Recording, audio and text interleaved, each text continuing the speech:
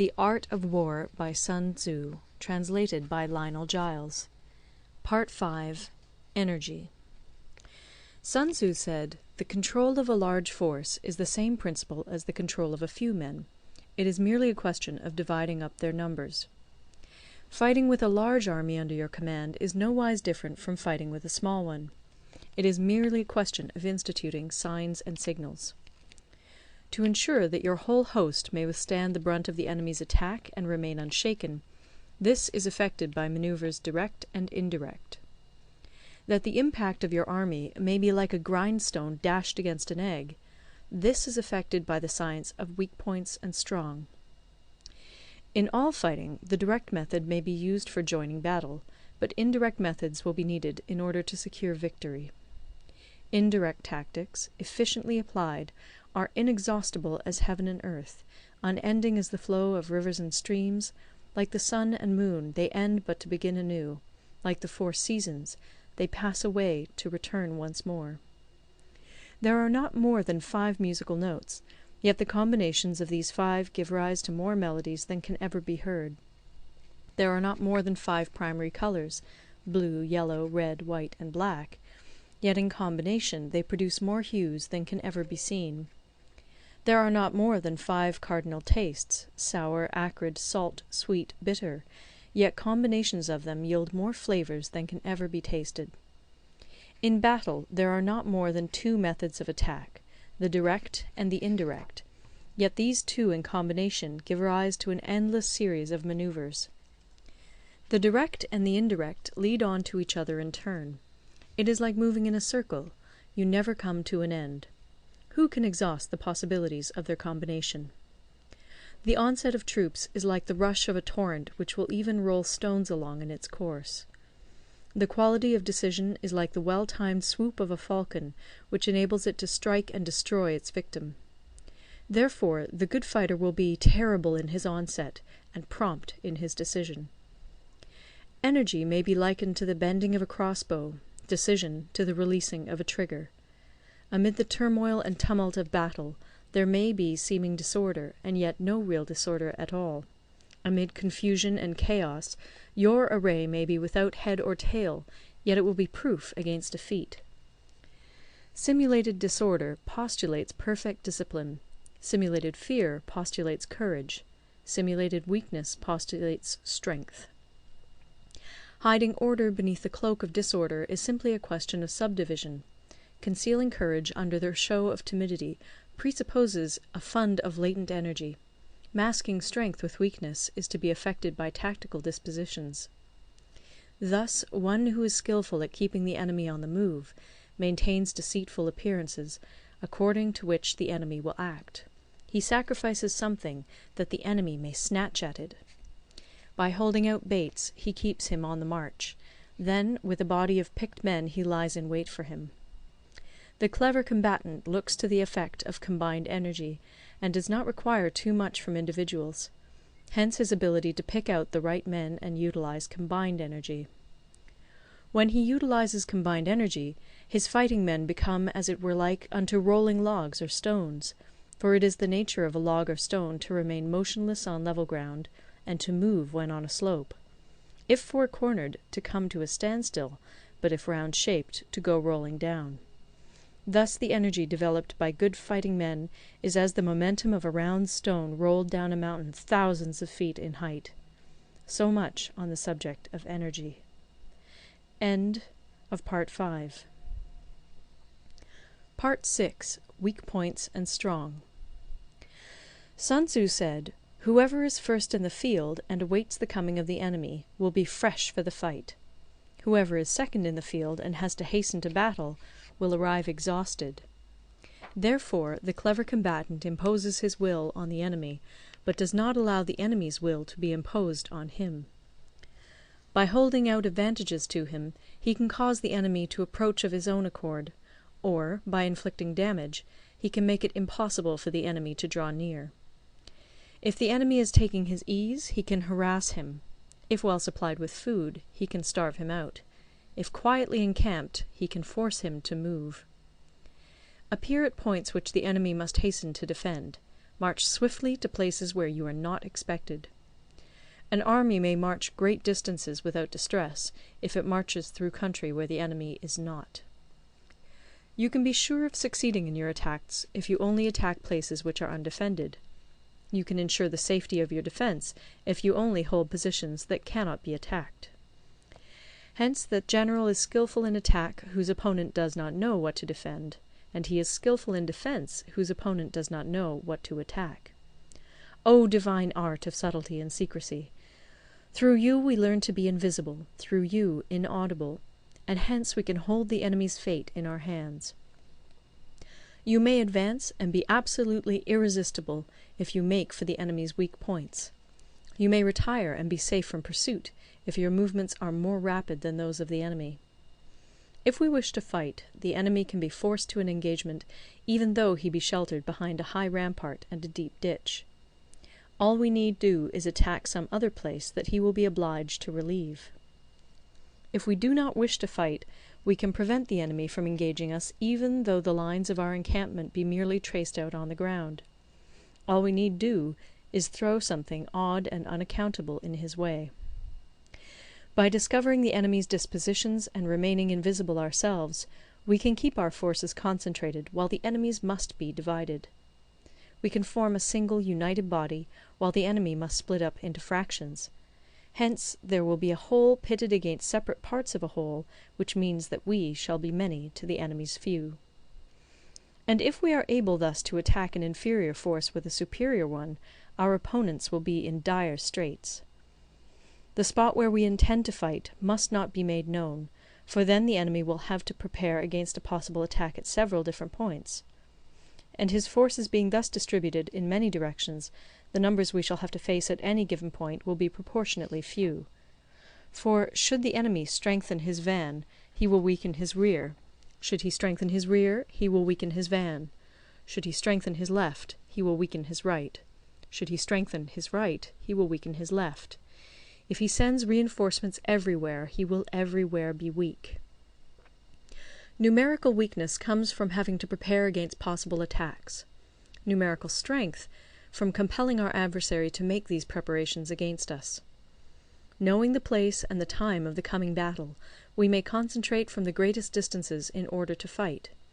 But if neither time nor place be known, then the left wing will be impotent to succour the right equally impotent to succour the left, the van unable to relieve the rear, or the rear to support the van.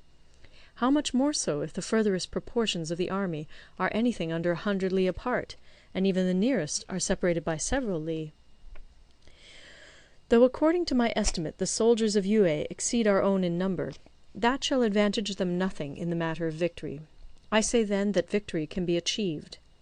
Though the enemy be stronger in numbers, we may prevent him from fighting. Scheme so as to discover his plans and the likelihood of their success. Rouse him, and learn the principle of his activity or inactivity.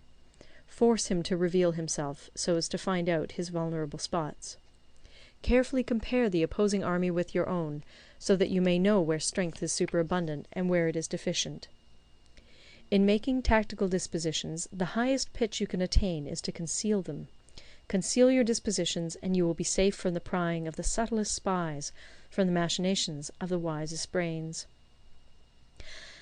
How victory may be produced for them out of the enemy's own tactics, that is what the multitude cannot comprehend. All men can see the tactics whereby I conquer, but what none can see is the strategy out of which victory is evolved. Do not repeat the tactics which have gained you one victory, but let your methods be regulated by the infinite variety of circumstances. Military tactics are like unto water, for water in its natural course runs away from high places and hastens downwards. So in war, the way is to avoid what is strong and to strike at what is weak. Water shapes its course according to the nature of the ground over which it flows. The soldier works out his victory in relation to the foe whom he is facing. Therefore, just as water retains no constant shape, in warfare there are no constant conditions. He who can modify his tactics in relation to his opponent and thereby succeed in winning may be called a heaven-born captain. The 5 elements, water, fire, wood, metal, earth, are not always equally predominant. The 4 seasons make way for each other in turn. There are short days and long. The moon has its periods of waning and waxing. End of Part 6.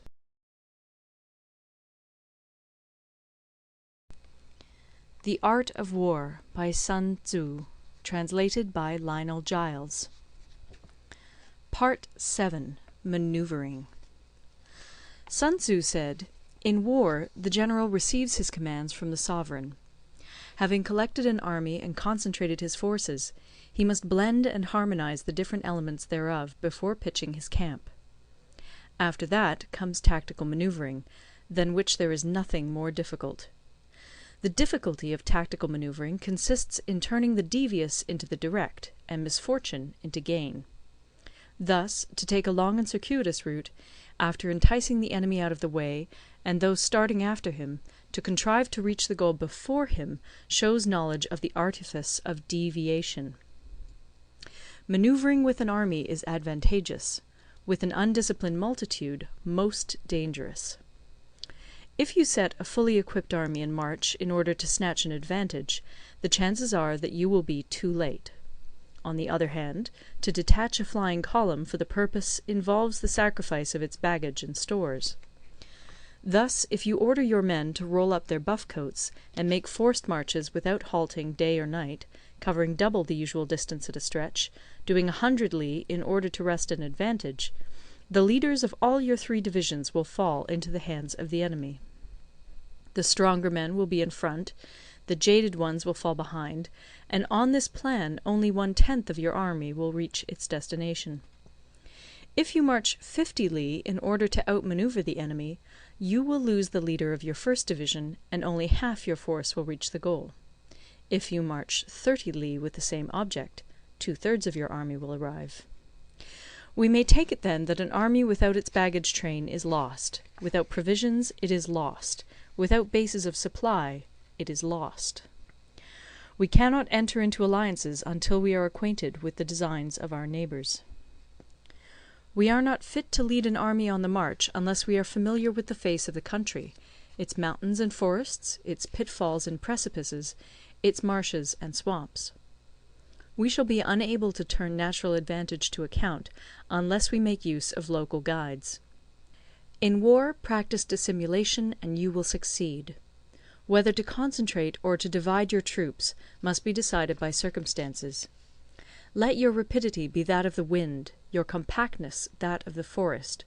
In raiding and plundering be like fire, in immovability like a mountain. Let your plans be dark, and impenetrable as night, and when you move, fall like a thunderbolt. When you plunder a countryside, let the spoil be divided amongst your men. When you capture new territory, cut it up into allotments for the benefit of the soldiery. Ponder and deliberate before you make a move. He will conquer who has learnt the artifice of deviation. Such is the art of manoeuvring. The Book of Army Management says, "On the field of battle the spoken word does not carry far enough. Hence the institution of gongs and drums. Nor can ordinary objects be seen clearly enough. Hence the institution of banners and flags. Gongs and drums, banners and flags, are means whereby the ears and eyes of the host may be focused on one particular point. The host thus forming a single united body, it is impossible either for the brave to advance alone, or for the cowardly to retreat alone. This is the art of handling large masses of men. In night fighting, then, make much use of signal flyers and drums, and in fighting by day, of flags and banners, as a means of influencing the ears and eyes of your army. A whole army may be robbed of its spirit. A commander-in-chief may be robbed of his presence of mind. Now, a soldier's spirit is keenest in the morning; by noonday it has begun to flag, and in the evening his mind is bent only on returning to camp. A clever general, therefore, avoids an army when its spirit is keen, but attacks it when it is sluggish and inclined to return. This is the art of studying moods. Disciplined and calm, to await the appearance of disorder and hubbub amongst the enemy. This is the art of retaining self-possession. To be near the goal, while the enemy is still far from it, to wait at ease while the enemy is toiling and struggling, to be well fed while the enemy is famished. This is the art of husbanding one's strength. To refrain from intercepting an enemy whose banners are in perfect order, to refrain from attacking an army drawn up in calm and confident array, this is the art of studying circumstances. It is a military axiom not to advance uphill against the enemy, nor to oppose him when he comes downhill. Do not pursue an enemy who simulates flight. Do not attack soldiers whose temper is keen. Do not swallow bait offered by the enemy. Do not interfere with an army that is returning home. When you surround an army, leave an outlet free. Do not press a desperate foe too hard.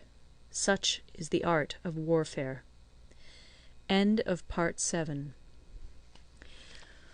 Part 8. Variation in Tactics. Sun Tzu said, "In war, the general receives his commands from the sovereign, collects his army, and concentrates his forces. When in difficult country, do not encamp. In country where high roads intersect, join hands with your allies. Do not linger in dangerously isolated positions. In hemmed-in situations, you must resort to stratagem. In desperate position, you must fight. There are roads which must not be followed, armies which must not be attacked, towns which must not be besieged, positions which must not be contested, commands of the sovereign which must not be obeyed." The general who thoroughly understands the advantages that accompany variation of tactics knows how to handle his troops. The general who does not understand these may be well acquainted with the configuration of the country, yet he will not be able to turn his knowledge to practical account. So, the student of war who is unversed in the art of war of varying his plans, even though he be acquainted with the 5 advantages, will fail to make the best use of his men. Hence, in the wise leader's plans, considerations of advantage and of disadvantage will be blended together. If our expectation of advantage be tempered in this way, we may succeed in accomplishing the essential part of our schemes. If, on the other hand, in the midst of difficulties we are always ready to seize an advantage, we may extricate ourselves from misfortune. Reduce the hostile chiefs by inflicting damage on them, and make trouble for them, and keep them constantly engaged. Hold out specious allurements, and make them rush to any given point. The art of war teaches us to rely not on the likelihood of the enemy's not coming, but on our own readiness to receive him; not on the chance of his not attacking, but rather on the fact that we have made our position unassailable. There are 5 dangerous faults which may affect a general. 1. Recklessness, which leads to destruction. 2. Cowardice, which leads to capture. 3. A hasty temper, which can be provoked by insults. 4. A delicacy of honour, which is sensitive to shame. 5. Over-solicitude for his men, which exposes him to worry and trouble. These are the 5 besetting sins of a general, ruinous to the conduct of war. When an army is overthrown and its leader slain, the cause will surely be found among these 5 dangerous faults. Let them be a subject of meditation. End of part